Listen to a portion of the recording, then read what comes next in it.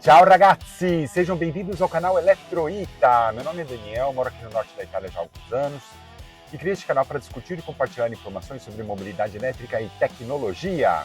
Hoje vamos continuar os testes com a Tesla Model Y Long Range Tração Integral de 2022. No vídeo de hoje vamos fazer a prova de consumo urbano e extra-urbano, seguindo o mesmo padrão do vídeo que eu já publiquei aqui sobre a minha Model 3 Long Range Tração Posterior. Aqui vai ser exatamente o mesmo percurso. Vou partir do shopping de Parma, vou em direção a uma pequena cidadezinha aqui do lado, chamada Fontanellato, faço a meia volta e retorno aqui para Parma. É um percurso que eu conheço muito bem, faz parte da minha rotina de trabalho, então eu sei mais ou menos bem como todos os detalhes da estrada e tudo, né? São estradas que, tirando o primeiro trecho, que é a tangenciale, que é 110 por hora, todos os outros trechos ou são 70, 80, 50, então é mais ou menos tudo isso, né? Na cidadezinha lá é 30 por hora. Aqui o objetivo não é fazer direção esportiva nem nada. O objetivo é simular o consumo da Tesla Model Y em um cenário cotidiano de ir para o trabalho e voltar para casa. A origem vai ser a mesma, o destino vai ser o mesmo, o percurso vai ser o mesmo, a única coisa que eu não consigo replicar é a temperatura. Agora aqui em Parma temos 36 graus, né? No outro vídeo lá estava mais ou menos ali por volta de uns 15, alguma coisa do tipo. Ali era fim de inverno, aqui a gente está em pleno verão. Tudo aquilo que eu podia normalizar, eu normalizei, só não posso controlar o tempo, né? É um percurso de em torno de 20 km, então 20 para ir, 20 para voltar, 40 km no total. Aqui na Itália é muito frequente esse tipo de trajeto, né? Porque as principais rodovias, elas conectam as cidades principais. As pequenas cidades ao redor são tudo acessíveis apenas geralmente por essas estradinhas um pouquinho mais lentas, né? Mas também, às vezes, tem bastante coisa legal, bonita. E eu tenho certeza que isso pode ser reproduzido também em muitas situações aí, por exemplo, no Brasil, quem pega a avenida, geralmente 50, 70 km por hora. Então, são situações, diria que bastante semelhantes até. A única diferença é que não tem sinal vermelho, né? Semáforo, essas coisas. É um fluxo meio contínuo, mas tem sempre as rotatórias e tudo, tá? Vamos lá. Só para referência. Fontanellato é aqui. Esse vai ser o nosso percurso. Exatamente aqui, tá? Só para quem tem uma noção. Aqui está a Itália. Aqui está Parma, a gente vai pegar a tangenciale aqui e depois vão ser várias estradinhas pequenininhas até chegar em Fontanellato e depois a gente volta. Agora, partindo com 44% da bateria, temperatura 37 graus, eu vou aqui resetar essa daqui. Partiu!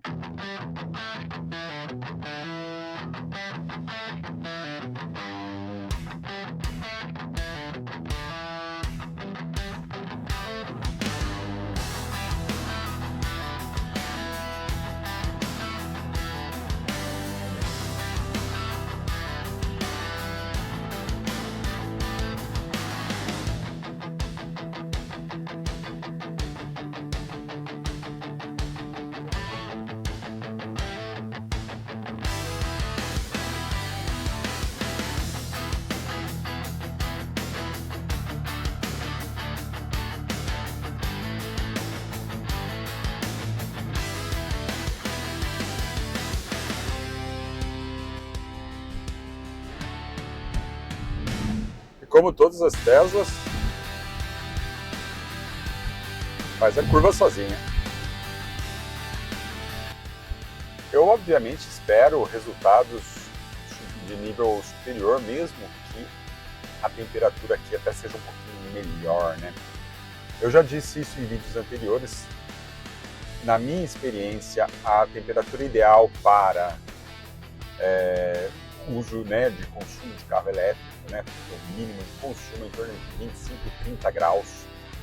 Isso Na verdade, para um motor para bateria, até 30, 35 é bom, mas aí eu já vou estar ligando o ar-condicionado de uma maneira um pouco mais forte. Então, o benefício do consumo no motor acaba sendo prejudicado pelo aumento do consumo no ar-condicionado. Se for para andar sem ar-condicionado, aí 30, 35 graus provavelmente é a temperatura ideal para o funcionamento do carro elétrico, mas para mim é impensável andar sem ar-condicionado. Eu lembro quando eu fiz esse vídeo da Model 3, eu falei que todas as estações do ano na Itália eram bonitas, menos o verão. E eu não gostava do verão. Eu não gosto do verão. É quente demais, tudo seco, nah.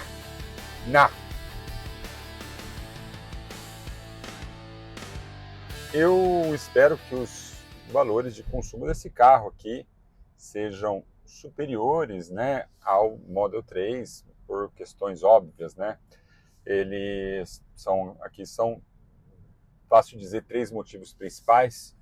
Primeiro, que é um carro maior, né? Enquanto a Model 3 tem em torno de 1.700 e alguma coisa quilos, esse aqui supera as 2 toneladas, então acho que dá quase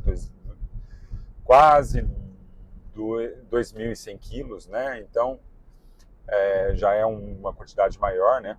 Tem dois motores, tem mais cavalos, mas também tem uma eficiência energética um pouquinho pior, né?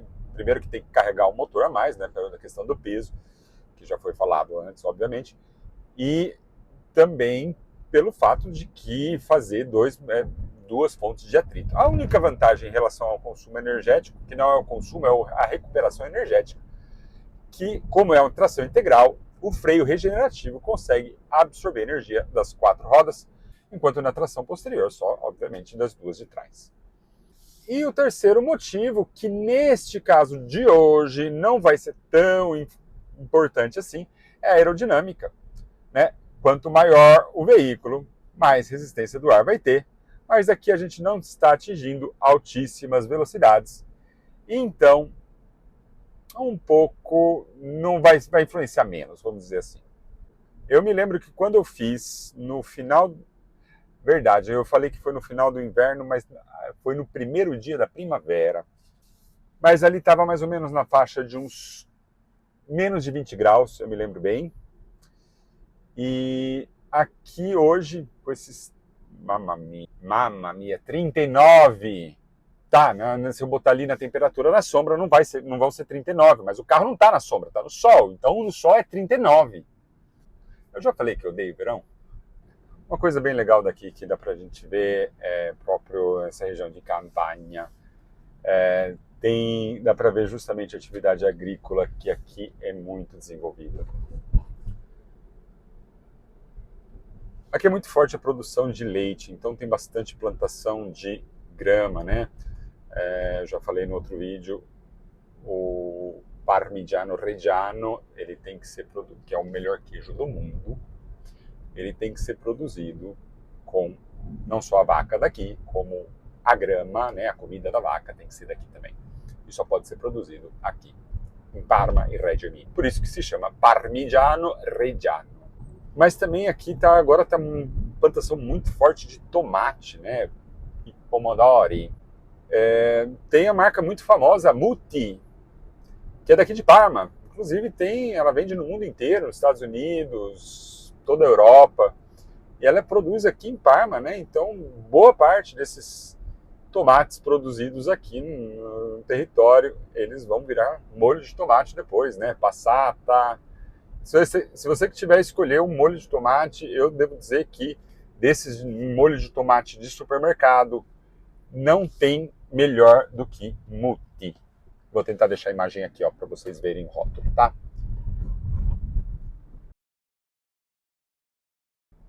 Pronto, chegamos aqui em Fontanellato. Tem até alguma coisa interessante, tá? Me faz lembrar as coisas que a gente viu aqui. Eu comentei aqui no preço desse posto de gasolina quando a gente passou aqui da outra vez. O preço que não dá para ver. Eu gostaria de fazer a comparação do preço da gasolina. Mas posso dizer que está um pouco menos do que naquela época, mas ainda não voltou no preço normal, mesmo que, em teoria, o conflito acabou.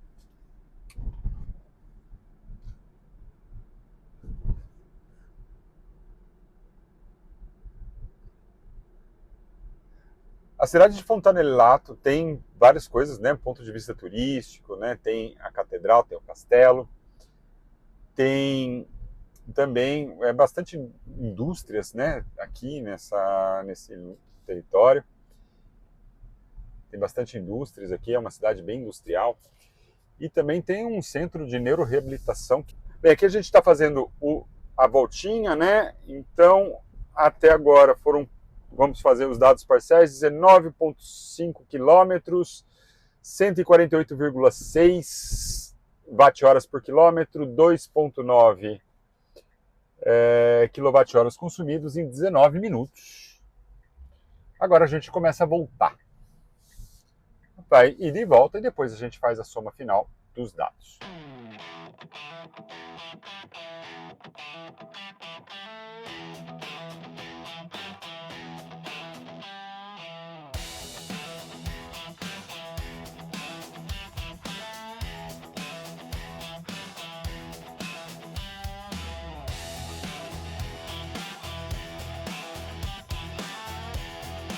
Pessoal, como eu já previa, né, o consumo aqui foi superior ao Model 3, né?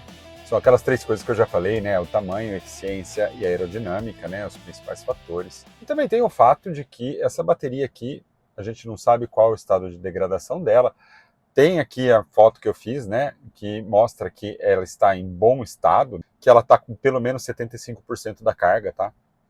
Se ela tivesse com inferior a 75%, a Tesla já declarava que a bateria não está em boas condições.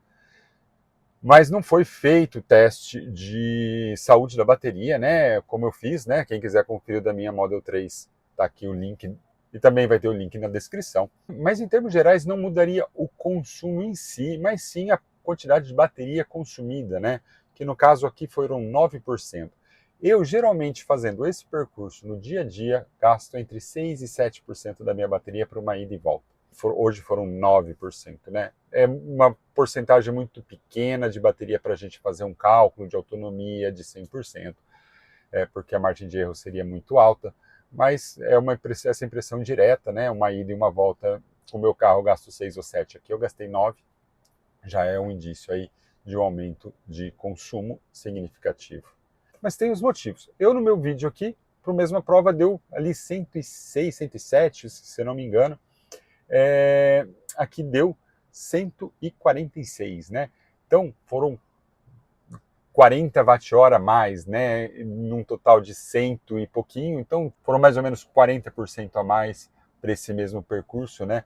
Então de 6 para 9 são 50%. Aí a gente pode considerar também o fato de que a bateria desse carro é um pouquinho menor, né? Enquanto a minha é de 82, essa daqui é de 75. E tem também o fato que essa bateria aqui já deve ter um certo grau de degradação. Quanto que é esse grau de degradação? Não saberemos mais, mas estatisticamente carros com essa quilometragem, 120 mil quilômetros, aí com 4 anos mais ou menos, tem aí em torno de 85 a 90% de saúde de bateria, tá? O que é um dado muito bom, tá? Mas a gente vê que para esse tipo de carro aqui, ele que consome já um pouquinho mais que a Tesla Model 3, ele, assim, para o dia a dia é mais do que suficiente.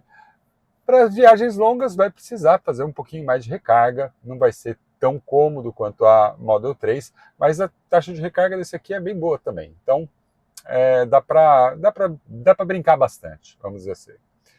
É um carro para a família toda, ele dá para você fazer viagens longas, talvez aí com uma parada a cada 2 horas e meia, para poder ter uma recarga aí mais ou menos frequente, mas você pode fazer quantos quilômetros você bem entender, que é um carro que dá conta. A máxima dele é 250, né, de quilowatts para recarga rápida, como a minha, tá? Eu vou fazer a tabelinha, eu vou colocar aqui a tabelinha, inclusive, comparando esse carro com os testes do meu carro. Então, fazendo uma comparação com o consumo da minha Model 3, 107,9 watt-horas por quilômetro, uma energia total consumida de 4,2 kWh em relação aos 146,1 kWh por quilômetro e 5,8 kWh da Model Y, a gente tem um incremento aí em torno de 36% da energia consumida. É um incremento no consumo que não pode ser ignorado e vai refletir, obviamente, nos custos, né, de utilizo do carro.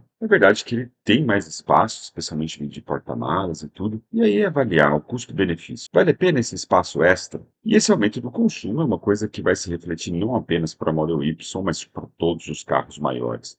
E para quem precisa de um carro maior, eu posso dizer com certeza que a Model Y é a que tem o melhor consumo da categoria. Esse percurso aqui, se eu tivesse feito a recarga em casa, né, fazendo como eu faço sempre, 25 centavos o quilowatt-hora, né, de euro, e com 10% aí de perdas, gestão da bateria, etc. Teria me custado 1,60 € essa ida e volta. Com a recarga Supercharger, 2,87, tá? Então, pessoal, eu vou deixar aqui sempre na descrição do canal os outros links de análise deste carro aqui da Model Y, assim como os vídeos relacionados ao consumo, né, da minha Model 3 aqui na descrição. Espero que esse vídeo tenha sido divertido para vocês, da mesma forma que essa experiência tem sido divertida para mim. A gente se vê no próximo vídeo. Grazie a tutti, arrivederci!